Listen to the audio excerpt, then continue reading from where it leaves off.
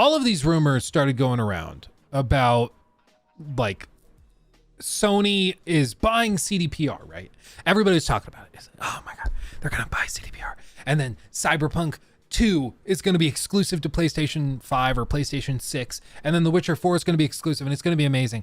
And then they're also going to go and they're going to buy all these other companies. It's going to be amazing. And it's just people saying stuff, okay? So I tweeted out this little tidbit. Guys, just saying something doesn't make it a rumor. It's just an assertion. Y'all are giving me a migraine. Sony is not buying CDPR. And then this guy says, okay, now you provide a source that confirms they're not buying it, which we can do now. At the time he posted that, there weren't sources that confirmed that, but we can do that now. There have been sources that have said, no, it's not happening. But even if we didn't have the source that said this isn't happening, this is not how the burden of proof works, okay? If you care about what's true, thank you, Stefan, by the way. I'm gonna read that in just a second, and we'll tackle that next, okay? But if you care about what's true, if you honestly try to like figure out what's real and what isn't, if you want to believe as many true things and as few false things as you can, this is not how logic works. This isn't how any of this works verifiably, okay? And that's what I said. That's not how the burden of proof works. If you say unicorns exist, to which I reply, we have no reason to think they exist, you don't get to flip the burden of proof on me by saying, well, you can't prove they don't exist, therefore they exist, or therefore I'm perfectly justified in believing they exist. The burden of claim is always on the claimant, or burden of proof for any claim is on the claimant. This really isn't that hard. And what was funny is that this actually turned into like, there were some people that like, I think they thought I was like attacking their religious views. I think, cause like this, I got a notification on my phone that just was this last tweet, and it just was like a tweet notification, and it just read, God's poop is the universe. And I was like, what? I was so confused. I was just baffled. But anyway. And like, honestly, if you have a problem with how this works, your problem isn't really with me. Your problem is with like basic logical syllogisms and structure. So take it up with that. And honestly, if you believe like Bigfoot exists and you saw Bigfoot yourself, and maybe Bigfoot lives in your basement with you, and maybe you're looking at Bigfoot right now, you might have personal justification for believing that thing. Just like in the case of a video game, if you are one of the negotiators sitting in on the discussions between Sony and CDPR, and you know that this is happening, that they're going to be buying CDPR because you're negotiating it. If you know that, you are personally justified in believing that. But nobody else is until they have evidence for it. So you can't get upset when people don't believe you for just saying something. Now, if you provided transcripts of the negotiations, if you came out and showed your identity, like, here's my ID, I'm a lawyer with Sony, and I'm negotiating, I just took a trip to Poland. If you showed all this stuff, then we would have more reason to believe you. But just saying stuff doesn't actually do anything. Just asserting stuff doesn't do anything. This was also kind of interesting, which we'll touch on again. We have confirmation from somebody, which we're going to look at right here, a PR rep for CDPR that debunks all of this. But this is another thing to just think about, which is confirmed. I checked this. So CDPR is on Warsaw's stock exchange, and only around 36% is with the founders and board, where the rest with many investment funds with a lot below 5%, etc. So like institutional investors.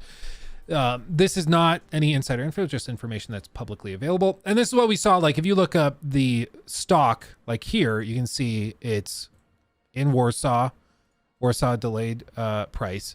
Earlier, I think I said it was dollars. I think it's Zvolta is the Polish currency. It's PLN. I think it's Zvolta. You'll have to let me know if I got that wrong. But either way, this is all in the Polish currency. This isn't directly converted over as far as I understand it. But, yeah, look at that Q2. Ooh, baby. Ooh, baby. That was rough. So very, very interesting how it breaks down. But all told, you can't just walk in, and Sony can't just walk in and buy a company that's publicly traded. There are regulatory agencies you have to tackle with, as we've seen with the Activision Blizzard stuff. This is small enough. Zvolty? This font's too small. Zlolty? I don't know. Anyway. Well, so this is the thing. If you do OTGLY, these are American depository receipts. So this might just be converted directly over. But you can see how much less frequently it updates. It's like once every 2 hours or so, it updates the price. And this is because liquidity is extremely low with these. And so looking at something like this isn't super helpful, honestly. You kind of get a rough idea, but I mean, still, it's kind of, it's easier to just look at the native pricing, you know, at least in my opinion. But with all of this, what was I saying? Yeah, there's regulatory stuff you have to deal with. There are problems in terms of negotiating with the board of directors. What will happen with something like, say, Twitter, because Twitter was publicly traded. And what happened is when Elon Musk went to the board of directors and said, hey, I want to buy this. Basically, the board makes a decision and votes on what they think is best for the company. And so the board of directors might be like, hey, Elon's offering to buy this at however many dollars a share. We think that this is best for the company. We're not going to get to that price within any reasonable amount of time. And our duty is to the shareholders. So we're going to effectively accept this offer. Now, in some countries, you still have to vote. You have to basically get majority approval of the acquisition or of the sale before it can happen. You guys might remember the Vivendi takeover of Ubisoft. I should say the attempted Vivendi Ubisoft takeover. This happened like years ago. I think it was like 2014, 15, 16 is when it was really taken off, I think. But basically Vivendi, which is like a huge company, they tried to come in and buy out Ubisoft. So if we look at here, come on, Vivendi's website. I think they're also French, so the websites are super slow. Come on, you can do it. You can do it, Vivendi. There we go. So they own a bunch of different brands, a bunch of, like, they own Dailymotion, Gameloft. I haven't seen that logo in a while. Oh boy. So they own a bunch of stuff, but they were trying to basically come in and buy up shares of Ubisoft until they had a majority share. And what is interesting about this is, like, Ubisoft didn't want to sell. And so what is known is they're trying to avoid what's known as a hostile takeover, which is where the board of directors and perhaps the shareholders don't want to sell the company, but somebody's coming in and trying to buy up all the shares. And so there's some ways where you can kind of tackle it, where you can, like, issue shares to dilute it. So, like, an example would be, let's see if MS Paint's working again. I haven't been able to get MS Paint launching. Yeah, there we go. But, like, if we have this and we have just a big pie, if Vivendi comes in and buys this share of the pie, and they're slowly buying more and more and more, taking a bigger cut until eventually they have 51% or a controlling share. What you can do is you can either try to buy back shares from the corporation side to inflate the price, and that might turn them off of it because it'll be too expensive to justify. Or you can start issuing more shares so this pie gets bigger, and in turn, this little sliver becomes smaller because you just flooded the market with more shares. Problem with that is usually that drives the price down, and then this company will just come in and buy more shares at a lower price. So it doesn't actually do a whole lot. But there's a bunch of little maneuvers and things that you can do to try and get around this.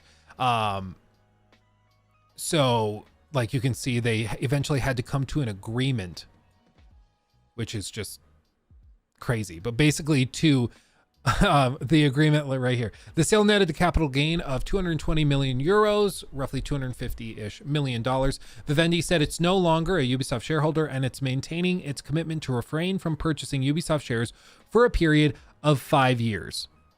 So they had to, like, to avoid this, they had to agree not to try to buy them out for 5 years. But then they're going to come back in. And what I've heard, like I watched I read a book on this in college. There were stories of like some of these hostile takeovers where big corporations that say, I think the example they gave us was of a small like oil company that like drilled oil basically in, I think it was Wyoming. And this big oil company wanted to buy them out.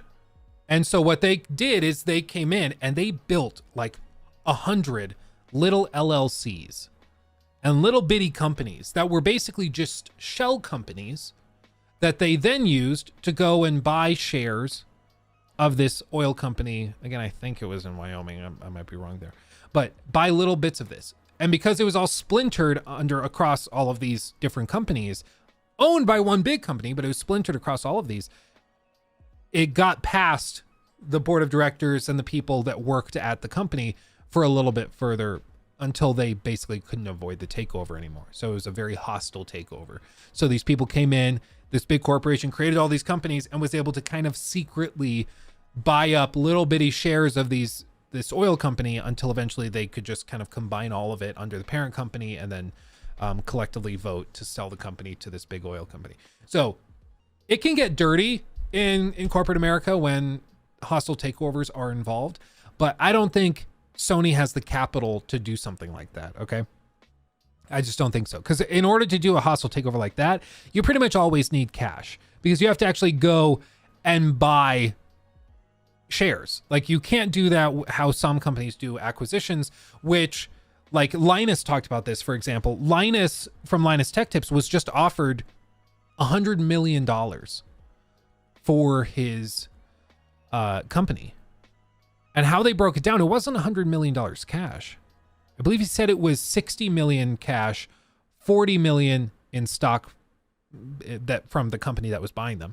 Might have been the other way around. Might have been 60 million in stock, 40 million in cash, whatever it was. And so for that, that's how some of these companies can basically come in and acquire stuff without having to have all of the cash on hand. As they say, okay, I'll give you this big wad of cash and I'll give you a cut of my operating profits of this business that I've also built. You can't really do that with a hostile takeover.